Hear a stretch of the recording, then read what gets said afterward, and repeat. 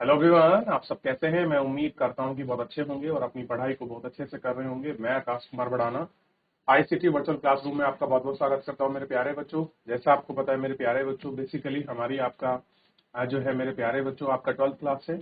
और 12th class में मेरे प्यारे बच्चों हम लोग आपका देख रहे हैं हिस्ट्री। और हिस्ट्री में हमारा चैप्टर चल रहा था उपनिवेशवाद और देहात को हम लोग देख रहे थे।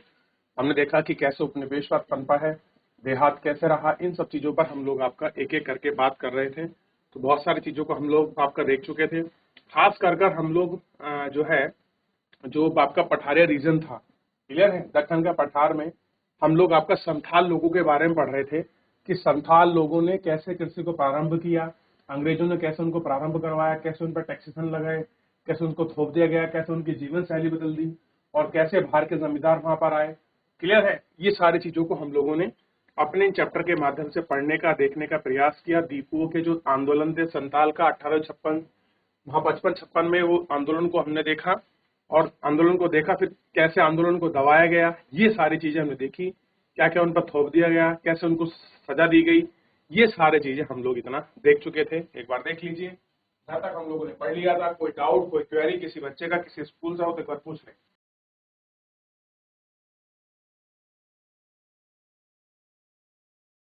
सबसे पहले आप ध्यान दीजिए इसमें, देख लिया। अब देखिए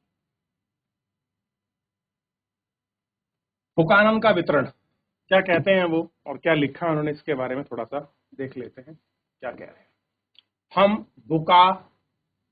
बुकान के वितरण पर अपनी जानकारी का आधार मान रहे हैं, लेकिन उसकी रिपोर्ट को पढ़ते समय हमें यह नहीं भूलना चाहिए कि ब्रिटिश ईस्ट इंडिया कंपनी एक कर्मचारी था।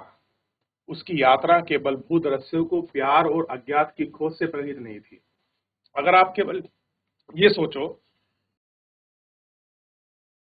कि जो चीज भी वो आपको देख रहा था वहां उन्हें उनसे प्यार था या अज्ञात चीजों की खोज कर रहा था, वो उससे प्रेरित नहीं था। आपको पता होना चाहिए वो ईस्ट इंडिया कंपनी का एक आपका आखिरकार क्या था, कर्मचारी। नक्शा नवीसो यानी कि जो आपका नक्शा बनाते हैं, फारसी का शब्द है। सर्वेक्षकों पालकों द्वारा कुदालियों के बड़े दल के साथ सर्वत्र यात्रा करता था। उसकी यात्रा, उसका खर्चा ईस्ट इंडिया कंपनी उठाती थी, क्योंकि उसे उन सूचनाओं की आवश्यकता थी जो बुकान प्रत्याशी के रूप में इकट्ठा करता था। बुकान को यह साफ साफ हिदायत दी जाती थी कि क्या देखना है, क्या खोजना है, क्या लिखना है। वह जब भी अपने लोगों की फौज के साथ किसी गांव में आता तो उसे तत्काल सरकार द्वारा एक एजेंट के रूप में ही देखा जाता। लोग क्या देखते हैं कि ये एजेंट है। एजेंट मतलब होता है किसी का प्रतिनिधित्व करने वाला कोई व्यक्ति। वो क्या है, एजेंट। और किसका एजेंट मानते थे? ईस्ट इंडिया कंपनी के एजेंट के रूप में हमेशा उसको देखा। जब कंपनी ने अब अपनी शक्ति को सुदृढ़, सुदृढ़ का मतलब होता है मजबूत बनाया और अपने व्यवसाय का विकास कर लिया, तो वह उन प्राकृतिक संसाधनों की खोज में जुट गई जिन पर कब्जा करके मनचाही उपयोग कर सकता था। अब पहले उन्होंने खोज की कि भैया नेचुरल रिसोर्सेस कहाँ हैं, और जब आपको मिल गए फिर उन्होंने क्या किया कि भैया अब उनको देखने के बाद हम उन पर कब्जा करेंगे और कब्जा करने के बाद जिस तरह से भी हमें उनका उपभोग उपयोग करना हम करेंगे। उन परिदृश्यों और राजस्व स्रोतों का सर्वेक्षण किया, खोज यात्राएं आयोजित हुई, जानकारी इकट्ठा करने के लिए भूवैज्ञानिक, भूगोलवेत्ताओं, वनस्पति विज्ञान और चिकित्सकों को भेजा। निसंदेह असाधारण प्रेक्षण शक्ति का धनी बुकान एक ऐसा व्यक्ति था। बुकान जहां कहीं भी गया वहां उसने पत्थर और चट्टान और वहां की भूमि के विभिन्न स्तरों और परतों पर ध्यानपूर्वक देखा। वाणिज्यिक दृष्टि से मूल्यवान पत्थरों और खनिजों की खोज की कोशिश की। उसने लोहा खनिज, अभ्रक, ग्रेनाइट, साल्टपीटर संबंधित सभी स्थानों का पता लगाया।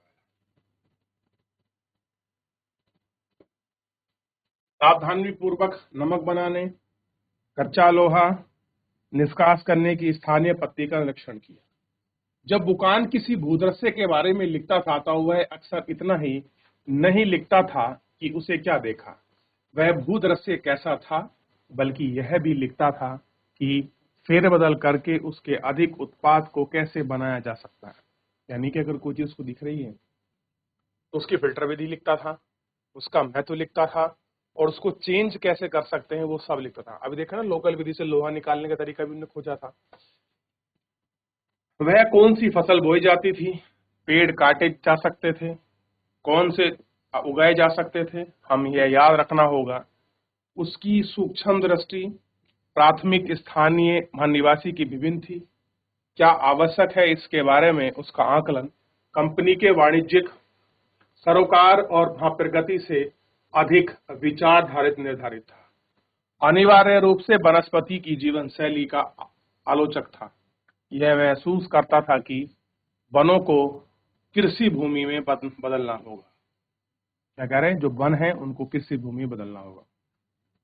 अगर हम वनों को कृषि भूमि में चेंज कर देंगे तो लैंड रेवेन्यू क्या होगा, हमारे पास ज्यादा आएगा, और जनजातीय लोगों को हम लोग कृषि की तरफ बढ़ावा देंगे, जंगल भी यही साफ करेंगे और आपका खेती भी यही करेंगे और लगान भी ये देंगे। लाभ अल्टीमेटली किसे होगा, हमें होगा। तो ये बुकान के वितरण थे, किस प्रकार उसने लिखे, क्या उसकी मंशा, क्या सोच थी, आप इसको देख सकते हैं। आगे बढ़े।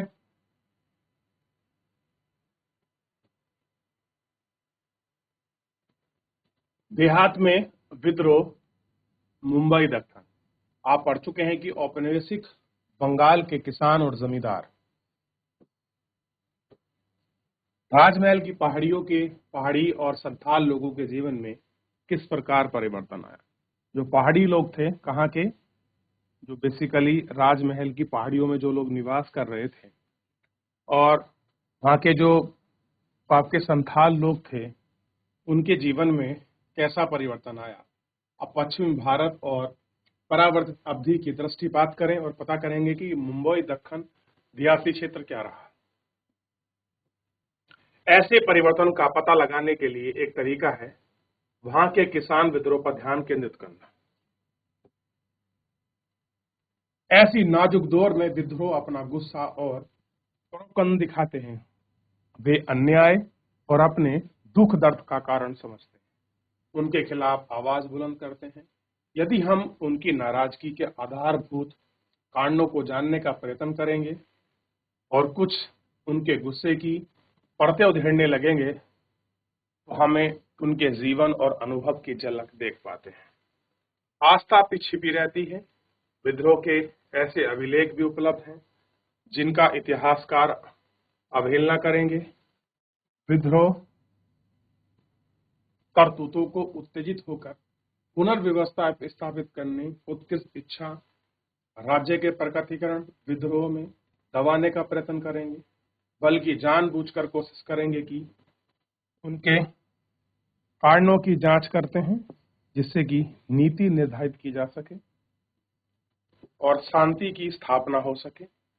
ऐसी जांच पड़ताल के साक्ष्य उत्पन्न होंगे जिनके बारे में इतिहास शोध करते हैं। देख लिया।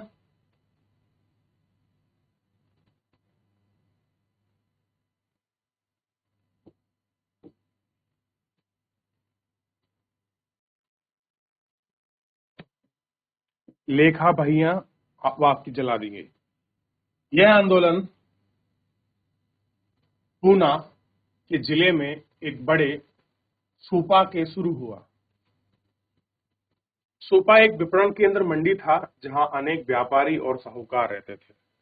12 मई 1875 को आसपास के ग्रामीण इलाकों में रैयत का मतलब जो किसान है, जो आपके जमीन जोतते हैं, इकट्ठा हो गए। उन्होंने साहूकार से अपने बही खातों और ऋण खातों को मांगा। अब जो किसान है, मान लीजिए किसी से लोन लिया है, पैसा लिया है, उस पर वो आपका लिखता था। जिन चीजों पर लिखता था उसको बोलते थे बही खाते। क्या बोलते थे? बही खाते। बही खाते ऋण की मांग करते हुए उन पर हमला बोल दिया। उन्होंने बही खातों को जला दिया। अब रिकॉर्ड जल गया। अनाज की दुकानें लूट ली गई। कुछ मामलों में तो साहूकार के घर भी आग लगा दी गई। पूना से यह विद्रोह अहमदनगर में फैला और फिर अगले 2 महीने में यह और भी आग फैल गई। 6,500 वर्ग किलोमीटर का इलाका इनकी चपेट में आ गया। 30 से अधिक गांव इसके प्रभावित हुए। सब जगह विद्रोह का स्वरूप एक समान नहीं था।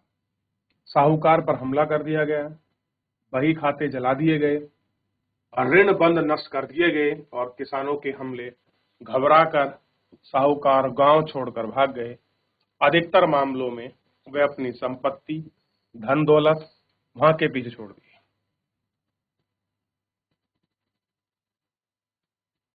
जब विद्रोह फैला तो ब्रिटिश अधिकारियों की आंख के सामने 1857 का गदर दृश्य आ गया। अध्याय 11 में देखेंगे, इसी विद्रोह के गांव को पुलिस थाने स्थापित कर दिए गए। जल्द ही सेना बुला ली गई और 95 व्यक्ति को गिरफ्तार कर दिया गया।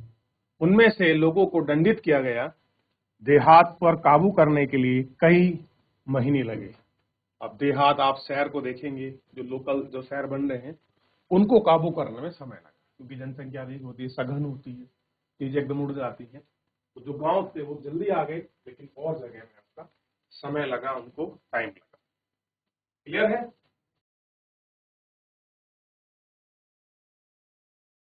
साहूकार ऐसा व्यक्ति होता है जो पैसा उधार देता है। साहूकार है, साहूकार कौन है? जो पैसा देते हैं, साथ ही व्यापार करते हैं। भाषा या शब्दावली में अक्सर पूर्वभागों का पता चलता है। कह रहा है जो हम शब्दावली या शब्द पढ़ते हैं उनमें जो आपका पूर्वाग्रह है उनको हम पढ़ते हैं। लेखक और पूर्वभागों का पता चलता है कि चर्चा कीजिए और उन पर इलाके में रैयत और उनकी उपस्थिति और उन शब्दों का भी आप वर्णन करते हैं।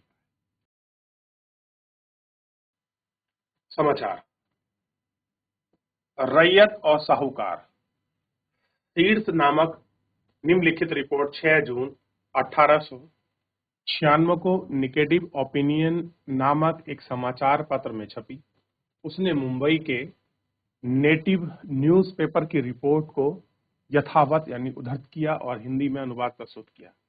वे रैयत अपने गांव की सीमा पर यह देखने के लिए जासूसी करते थे कि क्या कोई सरकारी अधिकारी आ रहा है, और अपराधी को समय समय पर उनके आने की सूचना देते थे। फिर वे एक झुंड बनाकर ऋणदाताओं के घर जाते और उनके ऋण पात्र और अन्य दस्तावेज मांगते। इनकार करने पर ऋणदाता हमला करके छीन लेते, और यदि ऐसी किसी घटना के समय कोई सरकारी अधिकारी उन गांवों की ओर आता व दिखाई देता तो गुप्तचर अपराधी इन्हें खबर पहुंचा देते और अपराधी समय रहते ही तितर बितर हो जाते। तितर बितर का मतलब होता है अलग हो जाना, अलग हो जाना। तो ऐसी स्थिति थी रैयतों में जो 1875 के समय में चली। बही खातों को लूटने के लिए लोग परेशान हो गए थे, ऋण दे देकर, टैक्स दे देकर, ऋण का ब्याज दे देकर। उनसे मुक्ति पाने के लिए ऐसा भी प्रयास। ठीक,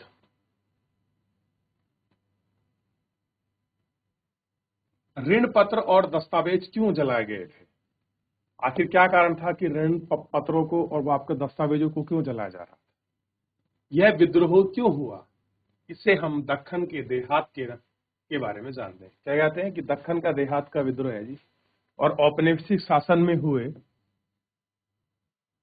कृषि या भूमि संबंधी परिवर्तनों के बारे में क्या पता चलता है? आइए 19वीं शताब्दी में हुए परिवर्तन के लंबे समय पर दृष्टिपात करें। एक नई राजस्व प्रणाली।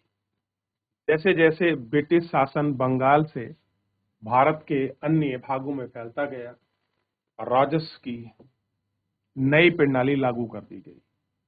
ईमानदारी बंदोबस्त बंगाल के बाहर विरल ही लागू होते थे। ऐसा क्यों किया गया? इसका एक उदाहरण यह है कि 1810 में खेती की कीमतें बढ़ गई, जिससे उपज के मूल्य में वृद्धि हुई। उपज का मतलब है जो भी कुछ आपका पैदा करते हैं उसके पैदावार में वृद्धि हो जाना उपज है। और बंगाल के जमींदार अपनी आमदनी में इजाफा हुआ। क्योंकि राजस्व की मांग इमामतदारी बंदोबस्त के तहत तय की गई थी, यानी कि फिक्स थी, इसलिए उपनिवेश सरकार इसी बढ़ी हुई आय से अपने हिस्से पर कोई दावा नहीं कर सकती थी।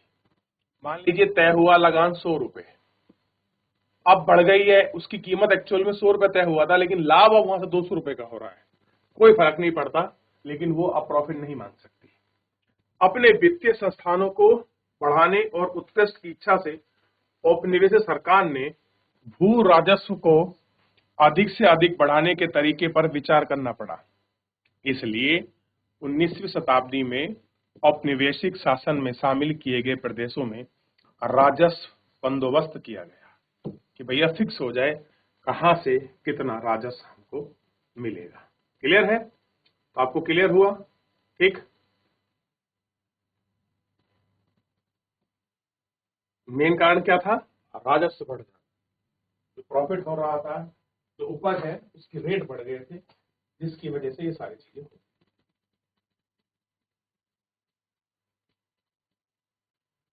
अन्य कई उपकरण थे जब अधिकारी नित्य निर्धारित करते थे तो उनका विचारधारा में उन आर्थिक सिद्धांतों से अत्यधिक प्रभावित रही जिन्हें वे अधिकारी से पहले परिचित थे। 1820 के दशक तक इंग्लैंड में डेविस रिकॉर्ड जाने माने अर्थशास्त्री के रूप में विख्यात थे। डेविस रिकॉर्ड्स इकोनॉमिक्स थे, उस जमाने के इकोनॉमिक्स थे। औपनिवेशिक अधिकारियों ने अपने महाविद्यालय जीवन में रिकॉर्डों के विचारों पर अध्ययन किया। महाराष्ट्र में जब ब्रिटिश अधिकारी 1820 के दशक में प्रारंभिक बंदोबस्त व्यवस्था की शर्त करने का काम हाथ में लिया तो उन्होंने कुछ विचारों के अनुसार कार्रवाई की और रिकॉर्ड्स के विचार के अनुसार भूस्वामी अपनी कार्रवाई करने लगे। ठीक, रिकॉर्ड के विचार के अनुसार औसत लगानों का प्रयास करने का हक होना चाहिए।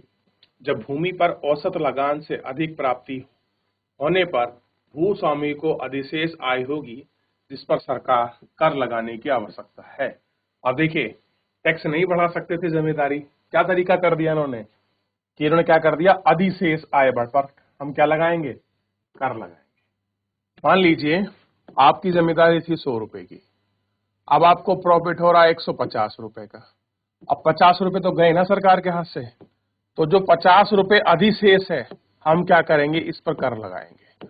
और ये कर कौन पे करेगा, जमींदार। अब यहां हो गया अधिशेष, यानी कि हर तरीके से इनको प्रॉफिट चाहिए, लाभ चाहिए। यदि कर नहीं लगाया गया तो किसान किराए जीवन बदल जाएगा, उनकी अधिशेष आय भूमि सुधार लैंड के उत्पादक रीति में निवेश नहीं होगा। भारत में अनेक ब्रिटिश अधिकारियों ने सोच लिया कि बंगाल के इतिहास में रिकॉर्डों के सिद्धांतों को पुष्टि कर दी गई और वह जमींदार लोग किराया जीवनों के रूप में बदल गया, क्योंकि अपनी जमीनें पट्टे पर देने दे दी और उन्हें वहां किराए की आमदनी पर निर्भर रहने लगे। इसलिए ब्रिटिश अधिकारियों के विचार से अब आवश्यक था कि एक विभिन्न राजस्व प्रणाली अपनाई जाए। अब नया पैटर्न लिया है भैया, तो आप देख सकते हैं कैसे कैसे नए रिकॉर्ड्स यहाँ पर आए, नई चीजें आई, नई चीजों का पालन हुआ, नई चीजों को देखा। देख लीजिए एक बार, फिर आगे बढ़ेंगे।